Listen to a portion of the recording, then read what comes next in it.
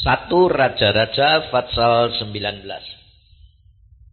Ayat yang pertama, ketika Ahab memberitahukan kepada Isabel segala yang dilakukan Elia, dan perihal Elia membunuh semua nabi itu dengan pedang, maka Isabel menyuruh seorang suruhan mengatakan kepada Elia, beginilah kiranya para Allah menghukum aku, bahkan lebih lagi daripada itu, jika besok kira-kira pada waktu ini aku tidak membuat nyawamu sama seperti nyawa salah seorang dari mereka itu. Maka takutlah ia, Elia, lalu bangkit dan pergi menyelamatkan nyawanya. Dan setelah sampai ke Beersheba, yang termasuk wilayah Yehuda, ia meninggalkan bujangnya di sana.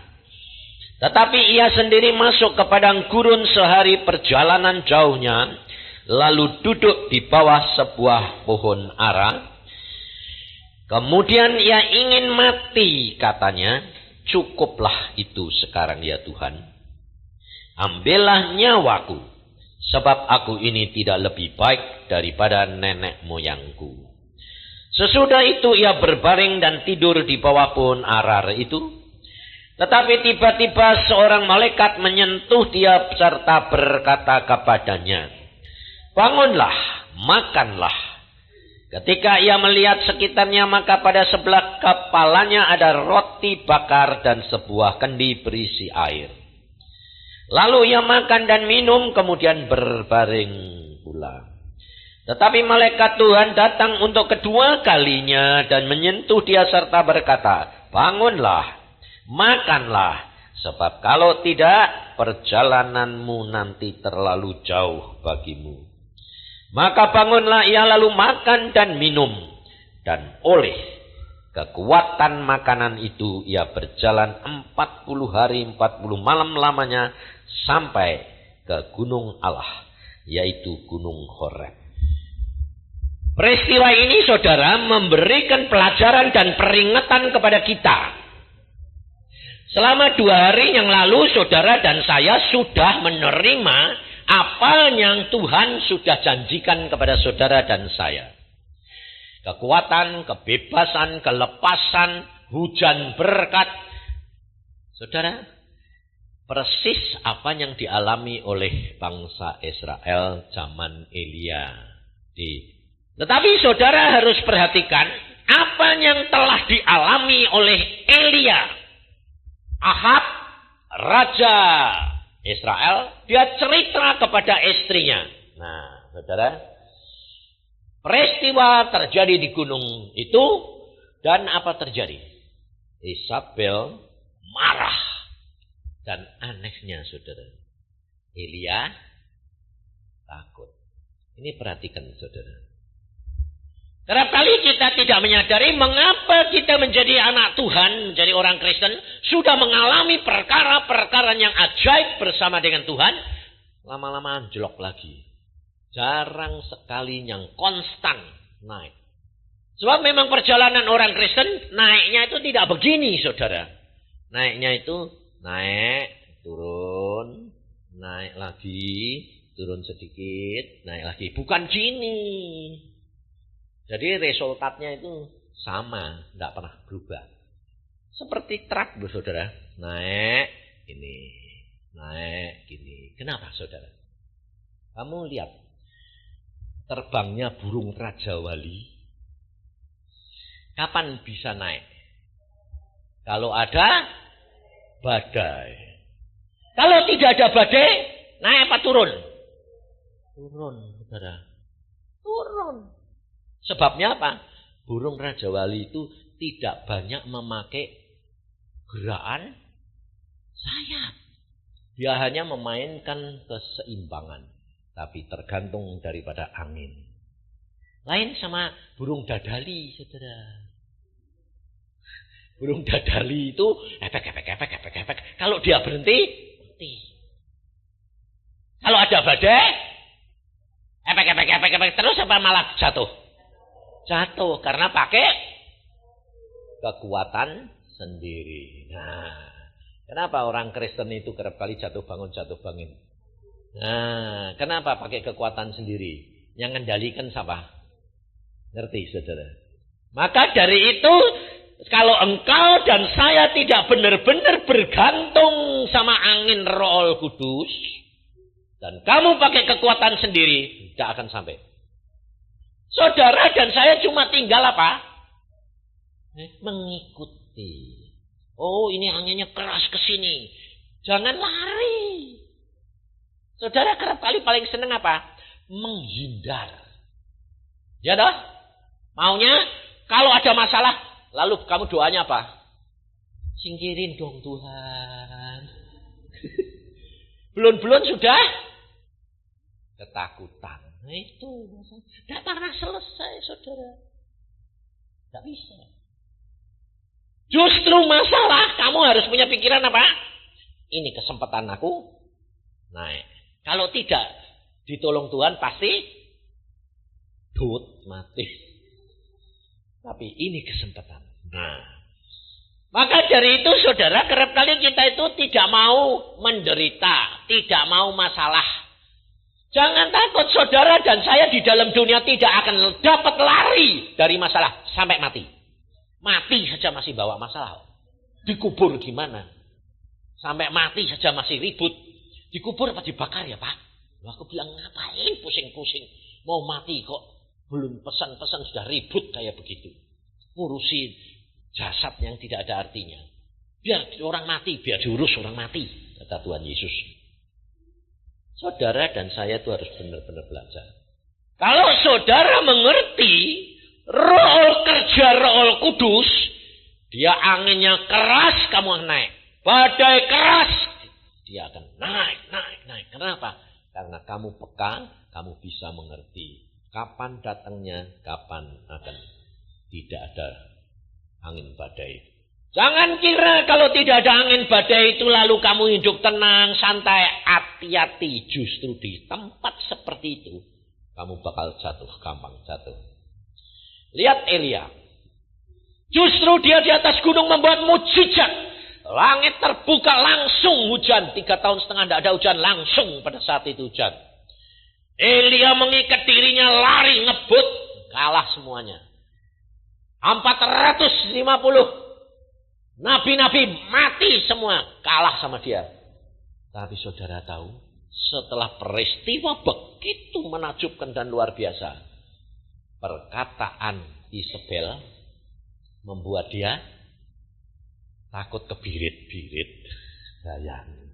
Nabi besar kayak Elia. Bahkan sampai akhirnya pun tidak ngalami mati. Dibawa ke surga. Kalah sama siapa? Ngerti kamu perempuan ini? Ngerti? Fungsimu luar biasa. Mulutmu ini luar biasa. Hanya karena perkataan Isabel saja sih. Nabi besar, kebirit-birit, ketakutan setengah mati. Minta mati lagi. Nah, jadi itu super negatif atau super positif? Negatif.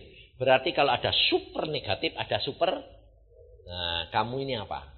Oh, amin. Maunya ya dah. Maunya lah ini loh saudara. Karena apa saudara? Karena apa perkataan perempuan ini begitu luar biasa? Kenapa? Karena dia seorang penolong. Demikian juga Roh Kudus disebut penolong. Dia luar biasa.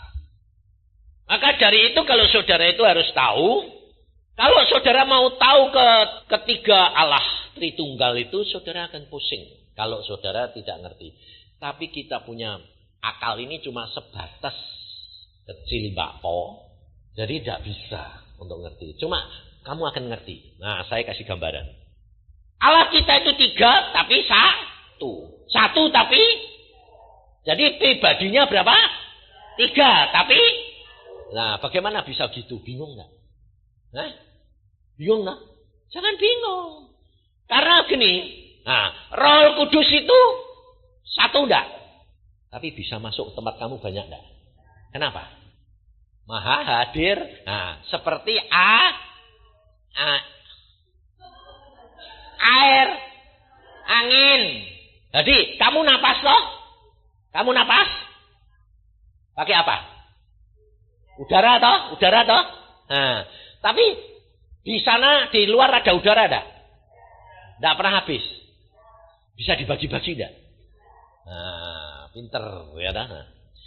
Lalu di dalam dunia roh kudus itu punya bentuk pribadi. Nah, kadang-kadang seperti dilihat mata manusia seperti apa? Burung merpati. Kadang-kadang seperti api. Kadang-kadang seperti angin. Kadang-kadang seperti minyak. Kadang-kadang seperti air. Kadang-kadang seperti awan. Kadang-kadang seperti apa lagi? Pelita. Nah, jadi jangan batasi. Karena Roh Kudus ini bisa berubah-berubah tapi satu. Nah, ini begini. Contohnya begini. Ya, ini seperti saya. Ya dah. Saya pada waktu mati, ternyata jiwa sama roh saya ini keluar. Les. Bentuknya sama dengan saya. Jadi pada waktu mati itu saya ngalami sendiri, saya tahu sendiri, makanya saya bisa cerita.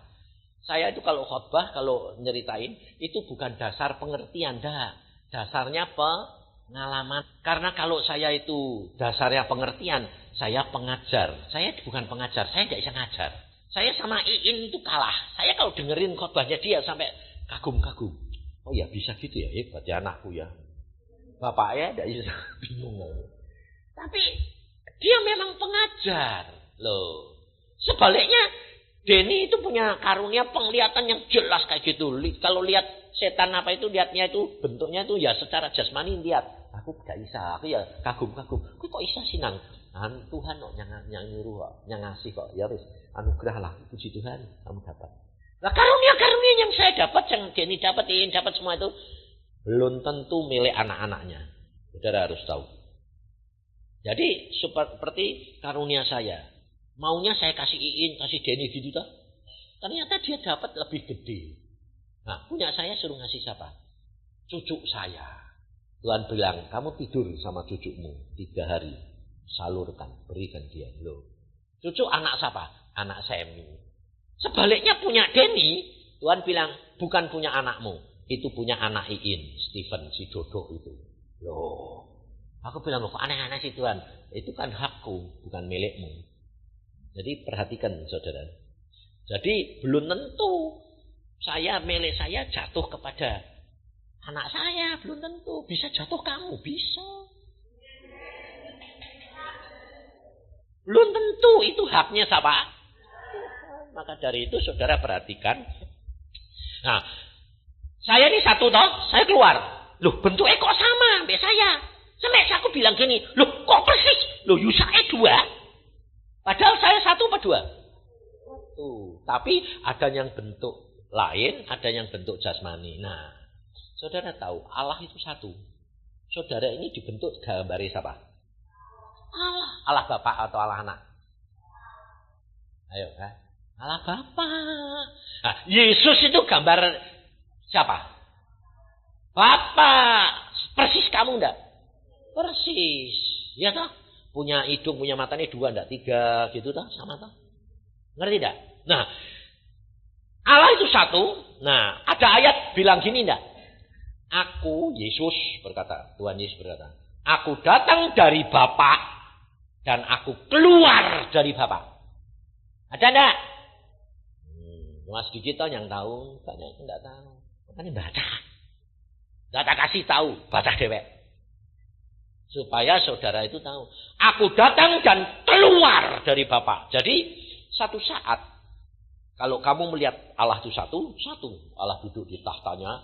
Tidak ada orang bisa melihat matanya Bapa, hidungnya Bapa. Tidak bisa. Karena terlalu mulia. Memang ada bentuk-bentuk. Ya mata itu ada, hidung ada. Semua persis kayak manusia. Tapi begitu mulia. Sehingga tidak bisa dilihat satu-satu. Tidak bisa. Nah, kalau dia duduk di tahta, satu saat nanti Tuhan Yesus cari, loh Tuhan kok tidak ada? Ada ya satu ini sama Bapa. Tapi satu saat Yesusnya itu keluar dari Bapa. Seret keluar. Loh, dua. Makanya ada ayat bilang gini toh. Aku berdiri di sebelah kanan Bapa. Dilihat siapa? Stefanus.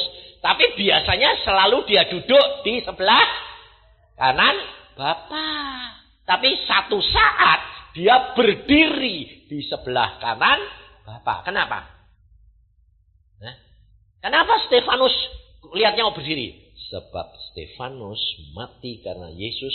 Tuhan Yesus menyambut dia. Dia dihargai di hadapan Tuhan sampai Yesus sendiri berdiri.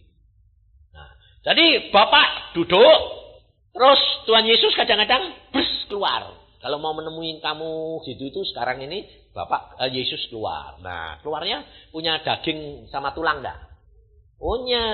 Tapi bisa masuk ke dalam Bapak roh enggak? Bisa. Contohnya ikan goreng. Bingung ikan goreng. Itu loh pada waktu Tuhan Yesus itu bangkit dari antara orang mati, murid-muridnya kumpul semua dalam kamar tertutup, lalu murid-muridnya berkata begini, hantu. Tuhan Yesus berkata, ini bukan hantu, ini aku, karena hantu tidak punya tulang dan daging seperti yang ada padaku. Masih tidak percaya? Tuhan Yesus, kamu ada makanan? Ada apa? Ikan goreng, dimakan Yesus. Ikan goreng itu kan ada daging, ada tulang itu. Dimakan toh. Masuk dalam perut Yesus enggak? Kelihatan pada. Padahal Yesus tubuhnya baru bisa tembus tembok. Ngerti? Tapi ikan gorengnya waktu masuk dalam perut kelihatan enggak? Nah, waktu Yesus keluar lagi dari tembok, ikan gorengnya ketinggalan apa Mas? Loh, waktu Yesus keluar lagi tembus tembok, ikan gorengnya ikut Yesus atau ketinggalan mak keplok? Karena dia daging biasa, ikut pada? Ikut. Ya, itu Yesus itu punya tulang dan daging. Bapak itu roh, tidak punya tulang daging. Jadi Yesus contohnya kayak ikan goreng. Masuk ke tempat Bapak, plus bisa masuk enggak? Bisa. Nah, Roh Kudus itu bagian dari Bapa yang selalu meliputi dan yang ada di dalam Bapa dan di dalam Yesus. Jadi Roh Kudus itu bisa berbentuk macam-macam, tetapi kemana saja Yesus pergi, Roh Kudusnya ikut Yesus, tapi tetap di ada Bapa. Lalu pada waktu dia pergi, dia beri Roh Kudus kepadamu, makanya aku utus Roh Kudus untuk masuk ke dalam kamu. Jadi kamu dapat sebagian atau seluruhnya? Dapat sebagian atau seluruhnya? Jangan kebesaran perasaan.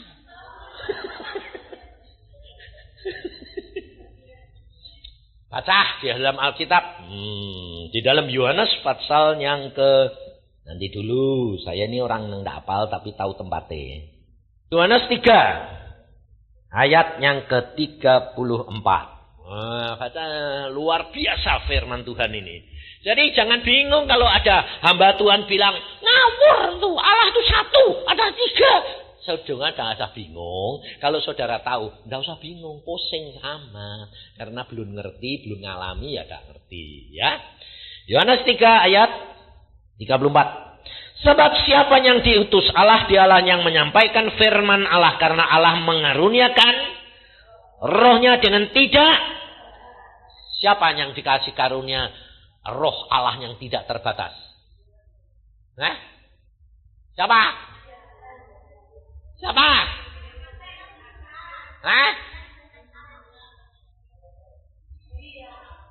Ya makanya itu baca Alkitab saya senengnya apa? Ribut gini. Yesus. Sebab kalau kamu baca atasnya. Ini percakapan Yohanes sama siapa? Murid Tuhan Yesus. Rabi, itu loh Yesus yang kamu baptiskan itu, yang kamu saksikan tuh sekarang dipakai luar biasa. Yohanes berkata, aku makin kecil, Yesus makin besar. Lalu dia mengatakan ini, dia mengaruniakan rohnya kepada siapa? Yesus dengan tidak terbatas. Tapi kalau saudara terbatas enggak? Terbatas. Tapi bagiannya sama enggak? Sama, asalnya sama enggak? Contohnya gini, saya punya roti gede. Saya kasih kamu segigitan. Ada yang bilang, "Pak, saya minta sak. Sangat gede." Ya lah. Itu rotinya sama enggak? Tapi bagiannya lain-lain, sama dengan saudara. Rohnya sama, Roh Kudus yang ada di dalam diri saudara dan yang ada di dalam Yesus. Tapi beda enggak? Beda. Beda apanya? Gedenya sama kecil. Bahannya semua sama, tapi beda. Nah, lalu saya tanya, Yesus sama Bapa sama Roh Kudus, yang beda apanya? Nah, ini bilang fungsi, yang ini bilang apa? Baru diajari tadi. Yang beda apanya? Bapa enggak ada tulang dan tapi Yesus punya. Roh Kudus punya tulang daging enggak? Makanya nanti kalau saudara nanti pulang ke surga sampai sekarang ini, Roh Kudus bisa menyerupai Yesus enggak? Bisa. Jadi Yesus, kalau kamu dapat penglihatan, Yesus datang, itu belum tentu pribadinya Yesus yang pulang daging dan tulang. Itu bisa siapa? Roh Kudus. Kalau Yesus sendiri yang datang punya daging dan tulang, bisa dijamah enggak? Bisa. Tapi biasanya ada Yesus, mbok gini ke, hilang. Atau enggak kena. Karena dia Roh Kudus. Nah, bahan. Kamu ini bahannya dari apa? Kok daging dan darah? Wong bahan no. Dari debu. Tapi bahannya Yesus dari mana? Ya, bahannya Yesus dua. Ada yang dari debu. Karena dia dikandung Maria. Punya daging dan tulang seperti kamu enggak? Bahannya Yesus itu ada debu, ada bahannya Bapa. Nah, bahannya Bapa apa? Roh, bentuk tubuh tapi roh. Sebab Yesus berkata apa? Aku datang dan keluar dari Bapa. Nah, kalau kamu diciptakan. Yesus diciptakan enggak? Baca Alkitab. Supaya jangan bingung. Makanya itu nanti kamu akan ngerti. Coba Wahyu. Tapi kalau kamu ngerti, saya minta tidak boleh dibuat perdebatan. Kalau kamu dibantah, diem. Jangan sok pinter. Sebab dek keminter Tuhan ndak seneng. Wahyu 3 ayat 14. Ayo. Dan tuliskanlah kepada malaikat jemaat di Laodikia. Inilah firman dari Amin. Saksi yang setia dan benar. Permulaan dari ciptaan. Jadi Allah dicipta enggak? Yesus dicipta enggak? Hah? Nah, betul enggak? Saudara tahu. Karena dia punya bahan dua toh. Bahan debu dan bahan roh. Nah, yang ditulis di sini, permulaan ciptaan. Itu bukan bahan debu. Itu bahan roh. Nah, lalu bagaimana keluarnya? Aku keluar dari Bapa. Saudara tahu, kalau amuba itu kembangnya bagaimana? Manake bagaimana? Dagingnya cetut, blung. Nah, bahannya sama persis gak? Sama. Kamu sama bapakmu persis gak bahannya? Ayo tak tanyai saya. Kamu sama bapakmu bahannya sama enggak? Beda. Kenapa? Karena ada ibumu. Saudara dan saya itu ada ibune. Bapak mbek ibu, mosok jadi dhewean ana bapake to. Enggak bisa to. Bapake mana? Enggak ada. Ibune mana dhewek? Ada Yesus. Tapi bahannya saudara itu sama bapakmu sama enggak? Kamu adalah terjadi dari dua bahan. Bahannya papa sama makane watakmu. Watake bapak apaan? Mama. Campuran. Kalau banyak bapake, ya modelnya kayak bapake. Kalau banyak ibune, modelnya kayak ibune. Setengah-setengah, ya kadang-kadang sana. Ngerti, saudara? Nah, sekarang Yesus itu bahannya, dia pada waktu keluar dari Bapa, diciptakan Bapa. Itu karena Bapa itu yang mula-mula, dia tidak punya nama, aku adalah aku, tidak ada yang ngasih nama. Dia yang permulaan. Nah, setiap bangsa manggil dia punya bahasanya sendiri-sendiri. Dia pada waktu sendirian itu, dunia belum ada, setan belum ada, sembarang belum ada. Yesusnya itu, Bapak itu nyari teman, jadi badannya sendiri dikeluarin terus jadi Yesus. Dia jadi anak yang main-main di pangkuannya Bapak. Nah, ngerti? Dan dia anak kesayangan. Nah, di dalam Amsal 8, coba baca. Dalam Amsal 8 ayat 30, aku, kata Amsal ini sebetulnya yang disebut aku ini hikmat. Hikmat ini Yesus. Aku adalah sertanya sebagai anak kesayangan. Setiap hari aku menjadi kesenangannya dan senantiasa bermain-main di hadapannya. Aku bermain-main di atas muka buminya dan anak-anak manusia menjadi kesenanganku. Kenapa saudara dan saya menjadi kesenangannya Yesus? Karena Yesus bakalnya turun ke dalam dunia pakai daging dan tulangmu. Nah, sama. Jadi saudara sama Yesus nanti jadi kekasihnya. Enak loh? Makanya luar biasa Tuhan itu. Kalau saudara dan saya membaca firman Tuhan, belajar, maka engkau akan melihat dibuka. Kamu tidak akan bingung. Jadi Allah itu satu, ya. Karena memang Bapak satu. Tapi bisa tiga, bisa. Tapi kadang-kadang, jadi kalau nanti di surga itu begini, saudara. Lalu tiga terus, enggak. Ya satu tiga satu gitu, saudara. Nanti di surga itu Bapaknya itu. Bapak itu luar biasa. Dia kalau gerak sedikit saja, malaikat mental semuanya.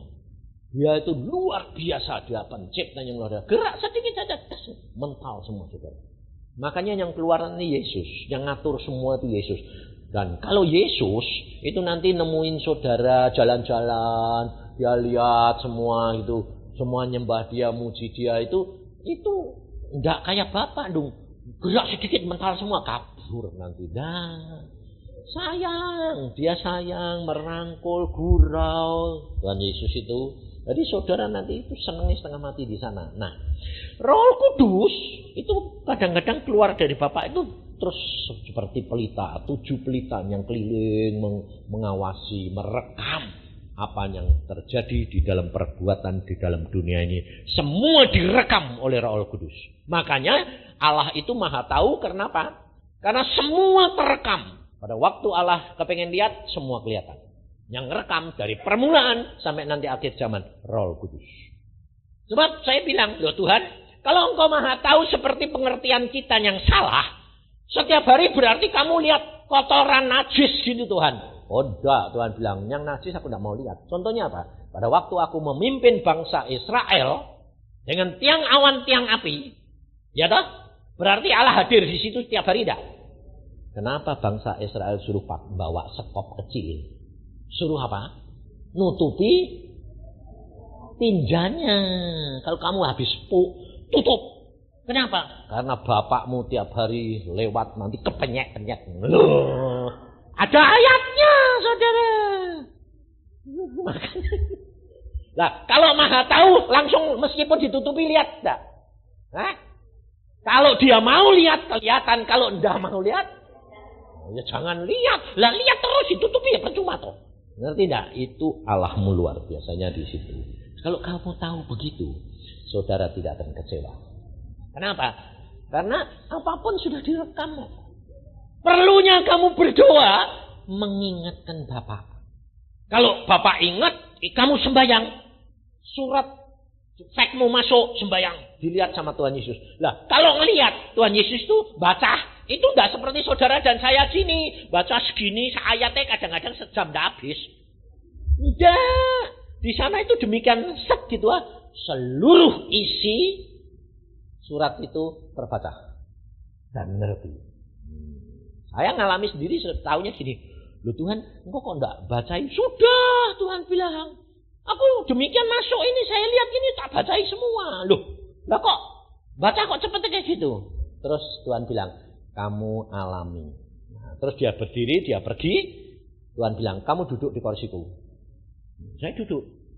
Nah, saya lihat surat-surat. Loh, lah kok langsung? Demikian saya duduk di kursinya dia. Lihat gini. Oh, ini surat yang harus ditunda. Oh, ini yang harus ditandatangani. Oh, ini tolak. Enggak usah dibaca satu-satu, enggak usah. Cuma, saking kesengsemnya, saya duduk terus. Saya lihat doanya orang dunia. Wah, ini apa? Ini apa? Wah, ini. Tuhan ini sudah berdiri di samping saya gini. Tuhan, luar biasa. Hebat. Ini loh Tuhan yang segera tanda tangan ini ditolak Tuhan. Ini dibuang. Yang buang ya sudah buang. Loh, Tuhan belum lihat. Aku sudah lihat. Kamu kan sudah lihat ini perlu dibuang. Buang aja. Tapi karena saya kesengsem, saya duduk terus. Hebat ya. Ini Tuhan, ini Tuhan. Tuhan ini tidak bilang gini. Ayo cepat kamu berdiri. Ini mau tanda-tanda ini. Tidak. Dia mesem gini. Iya. Hebat ya Tuhan. Kok mesem kok hambang? Sadar saya, lah tempat duduknya tak duduk ini. Lah ya nenek. Terus saya bilang, oh maaf. Silahkan duduk Tuhan. Tuhan jawabnya apa? Baik, kalau kamu ngerti. Nangis aku saudara. Tuhan, engkau kok lembut, engkau kok rendah hati. Tidak pernah marah kayak salah gitu. Aku ngerti engkau itu daging. Terbatas. Kamu sedang di sini sedang kesengsem, senengnya setengah mati. Baru lihat ini saja sudah setengah mati senengnya, tidak habis-habis. Apalagi kamu nanti lihat kerajaanku, saudara. Luar biasa. Makanya saya terus terang saudara, saya itu kalau cepat-cepat minta pulang itu bukan karena karena apa? Lelah, capek, enggak. Karena apa? Rindu tinggal bersama dengan Tuhan. Kan di sana itu waduh enaknya luar biasa. Tapi Tuhan berkata, kamu selesaikan yang di dunia. Waktu saya umur 60, Tuhan berkata, sudah selesai. Wah, saya senangnya setengah mati. Puji Tuhan, sudah selesai. Tuhan bilang, aku mau kamu tambah. Loh, kan targetku cuma 12 Tuhan. Ya, kamu lulus dan kamu sudah menyelesaikannya dengan baik. Karena kalau kamu melakukan pekerjaanku dengan segenap hati, segenap pikiran, dan kekuatan. Saya tak tahu dulunya bagaimana saya bisa sampai. Tuhan berkata, setiap pekerjaan yang aku berikan kamu di dunia, baik ibu-ibu masak, baik ibu-ibu jadi ibu rumah tangga, lakukan dengan segenap hati. Baik kamu menjadi suami atau menjadi istri, lakukan dengan segenap hati. Itu pekerjaan Tuhan. Jangan nuntut.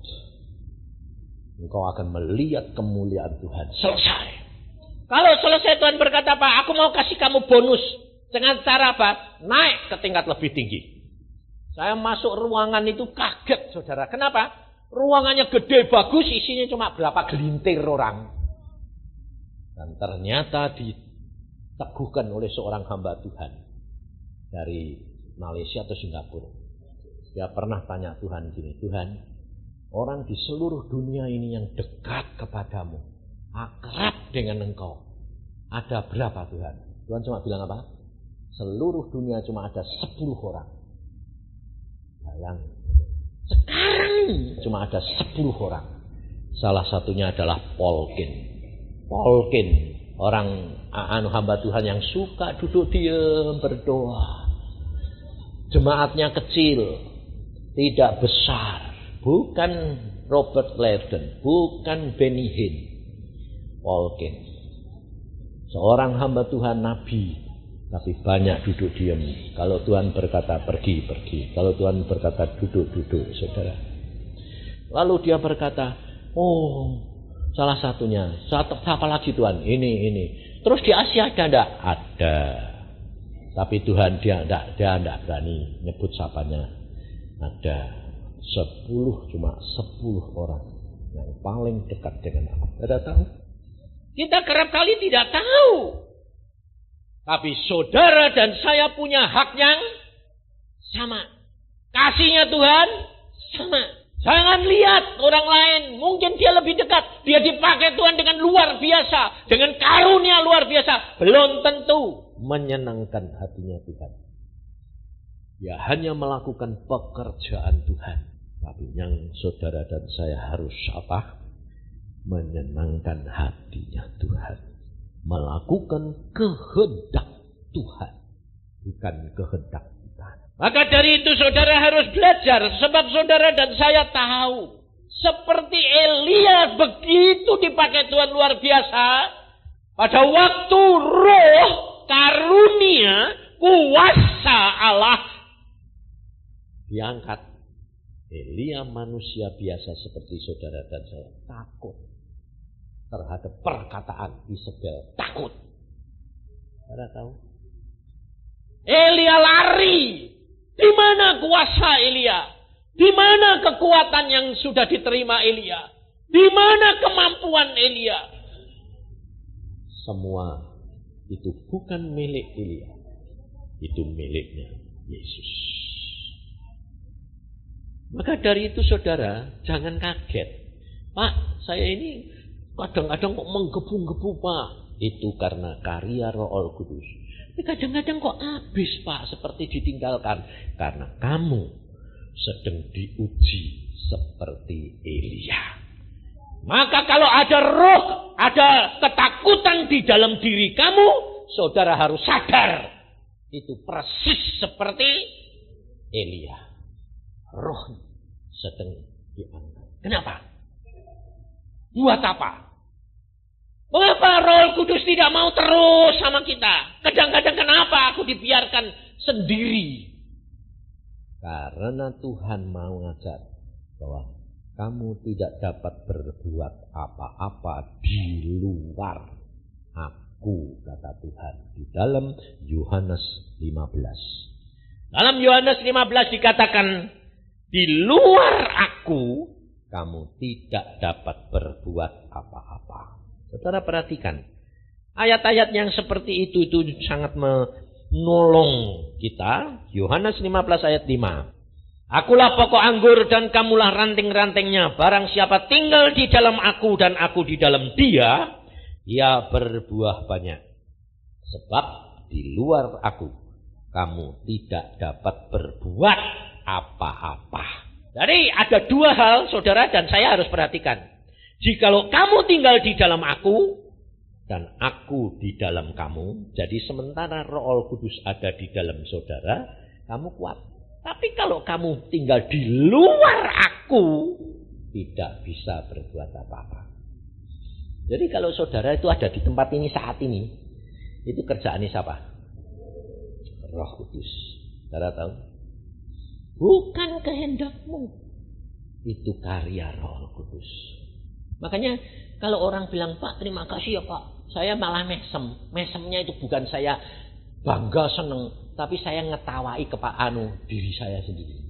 Mesem, gue gak tahu itu kerjaan Roh Kudus bukan saya. Jadi saya gak pernah pusing. Kamu terima kasih ya biar, gak terima kasih ya biar. Wong bukan saya yang lakuin, kamu terima kasih sama Bapak. Kenapa? Karena bukan saya. Dia yang melakukan di dalam saya, bukan saya. Yang penting adalah saudara dan saya ada di dalam jalur yang benar. Sebab demikian roh ini menjauhkan diri sedikit, langsung terjadi apa? Ketakutan. Ini perhatikan. Jadi kalau saudara dalam situasi kayak apapun mulai takut, mulai khawatir, hati-hati. Itu kamu harus langsung ngomong sama jiwamu. Awas, persis Elia. Ini persis Elia. Nah, lalu apa yang harus dilakukan? Hah? Ayo sekarang, ya toh. Jalan keluarnya ini saudara harus tahu. Dan ini yang menjadi kunci supaya saudara dan saya tetap di jalurnya Tuhan. Nah, ketakutan ini kalau saudara tidak bisa keluar, makan waktu lama. Perhatikan, Elia harus bayar harganya berjalan. Tidak makan, tidak minum. Berapa? 40 hari, 40 malam. Bayarnya mahal, saudara. Untuk apa? Untuk ketemu Allah. Di Gunung Horeb. 40 hari, 40 malam harus berjalan. Tidak makan, tidak minum. Bayarnya mahal, saudara. Tapi kalau saudara dan saya tahu, saudara tidak usah bayar mahal. Peka. Waspada. Jadi kalau sudah mulai ada ketakutan, langsung datang di bawah kaki Tuhan. Kamu katakan, Tuhan, aku butuh Engkau. Ini ketakutan datang, berarti ada sesuatu yang Engkau biarkan supaya aku tahu bahwa aku perlu Engkau. Lalu apa? Apa yang di saudara dan saya perlukan? Untuk punya kekuatan membayar harga waktu itu apa? Makan roti dan minum air yang disediakan Tuhan. Loh, malaikat itu nyediain kan, bukan Elia yang nyediain. Roti hidup firman Yesus dan air kehidupan Roh Kudus. Dua ini yang kau perlukan. Kau datang, masuk, datang ngomong. Kalau kamu sedang masak, ngomong, Tuhan aku butuh Engkau. Lalu firman Tuhan, ingat kembali. Ingat. Kata-kata iman, masukkan. Roti, hidup. Lalu minta pertolongan Roh Kudus. Tuhan Roh Kudus Engkau penolongku. Tolong aku. Makan, lepas. Nah, saudara tahu, Elia makannya berapa kali? 2 kali. Berarti, kalau kamu di dalam rasa ketakutan, baca firman lebih banyak. Berdoa lebih banyak. Sehingga akhirnya saudara banyak diem diri. Kerap kali saudara di dalam kesulitan, mamanya keuangan, kesehatan, malah tambah malas, susah berdoa. Salah. Double makannya roti dan air kehidupan. Duduk diam. Bukan duduk diam itu tidak menyelesaikan masalah. Justru di situ mempersingkat waktu dan menyelesaikan masalah. Tapi pikiran kita kerap kali apa? Mau berbuat sendiri. Cari jalan sendiri. Caranya sendiri. Malah tidak karu-karuan. Enak itu pokoknya nurut Tuhan. Dan kamu waspada. Sangkal diri. Sebab pada waktu kamu di dalam ketakutan. Oh itu waduh. Saudara kerap kali terus larinya apa? Cari tolong siapa? Hamba Tuhan. Itu. Saudara lari dulu sendiri kepada Yesus dan Roh Kudus.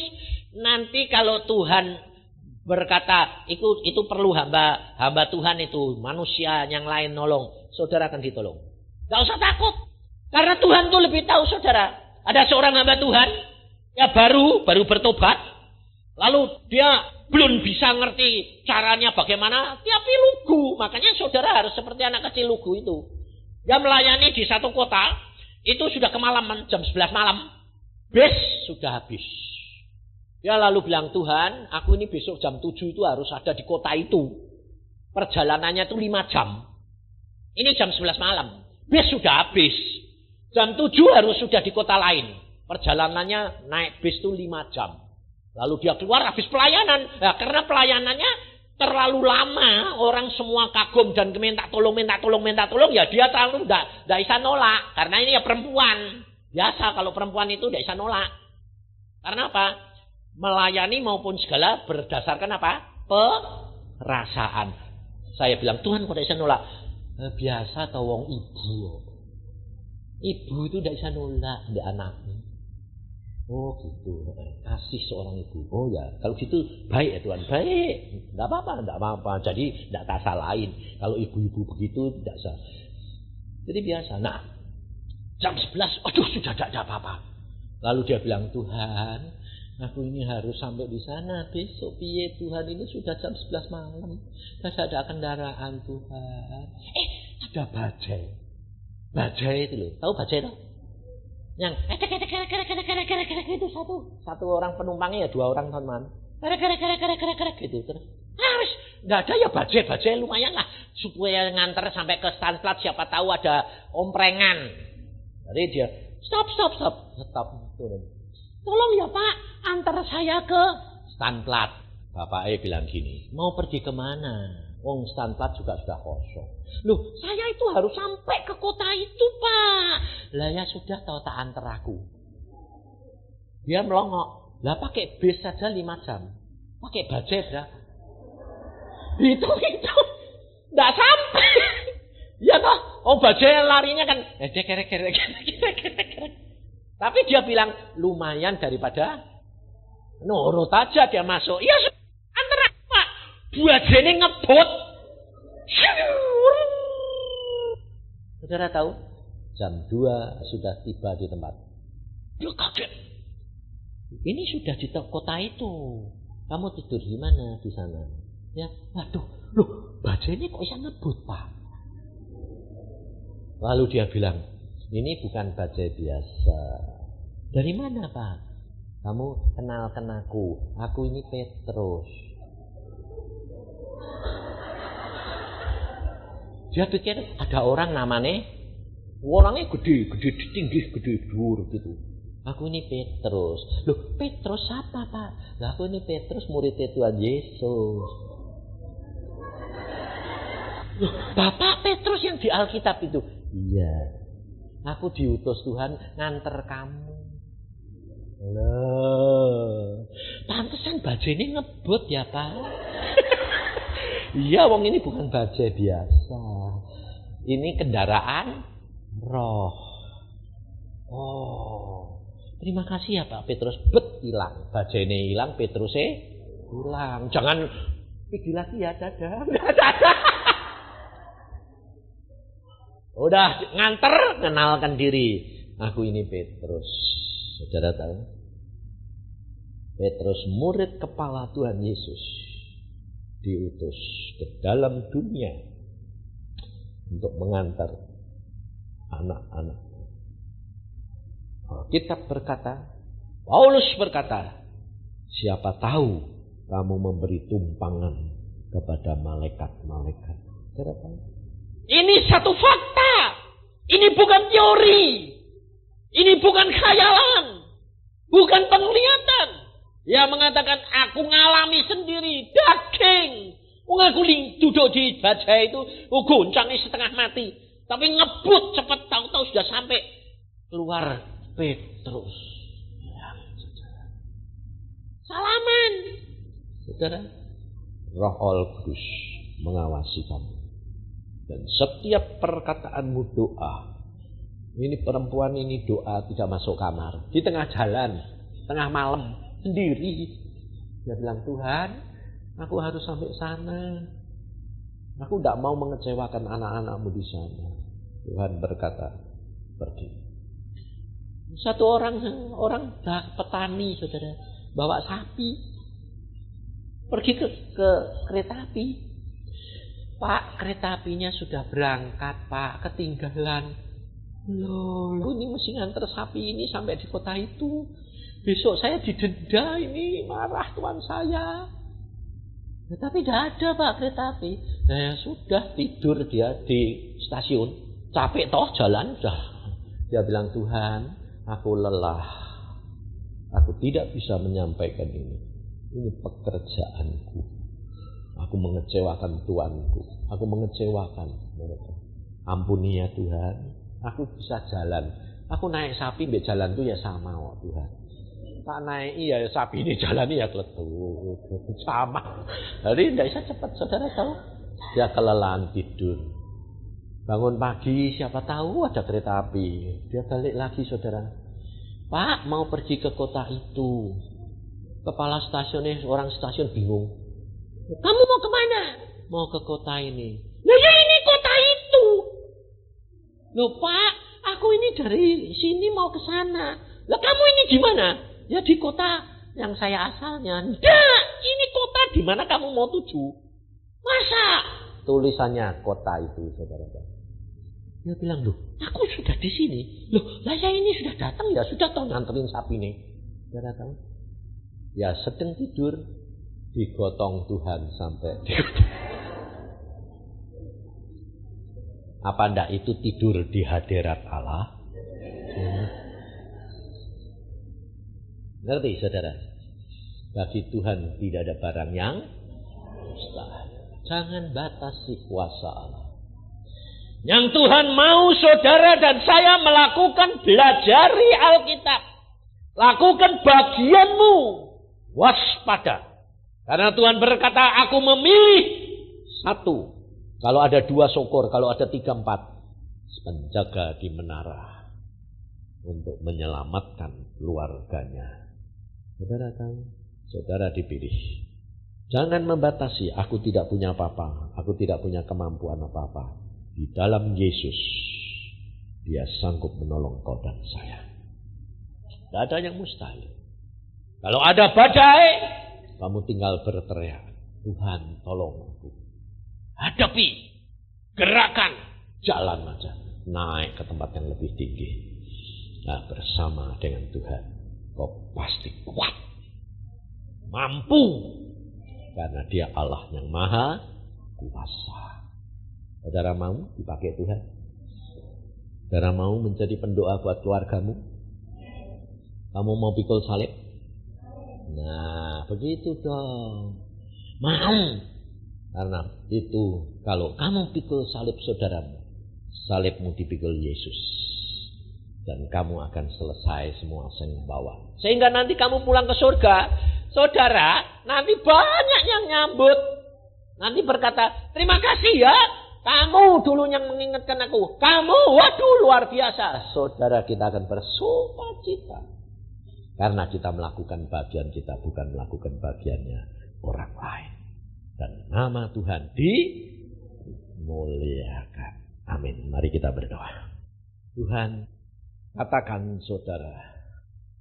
Tuhan, ini aku. Tuhan, ini aku Tuhan. Seperti Yesaya berkata, ini aku Tuhan, utuslah aku.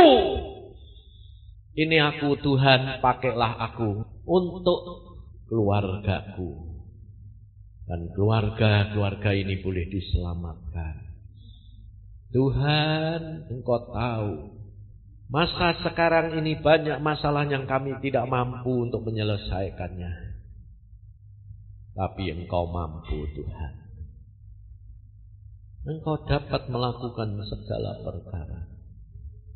Bagimu tidak ada barang yang mustahil. Tidak mungkin. Engkau mungkin Tuhan. Karena Engkau yang mempunyai langit dan bumi, yang maha kuasa, sanggup lakukan segala perkara. Bapakku,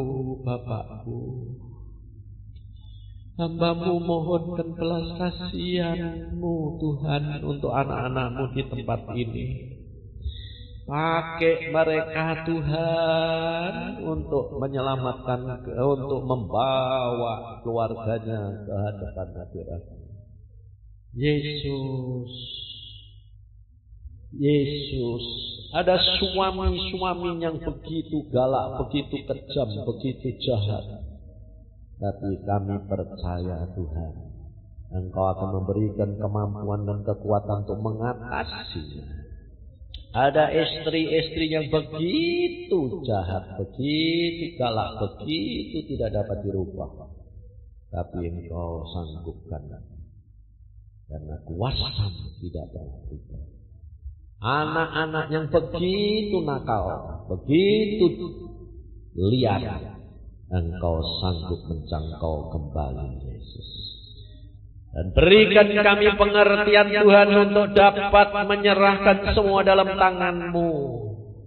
Karena kami menyadari Tuhan bahwa kami tidak mempunyai kemampuan apa-apa. Kami lemah, tapi di dalam Engkau kami akan menjadi kuat.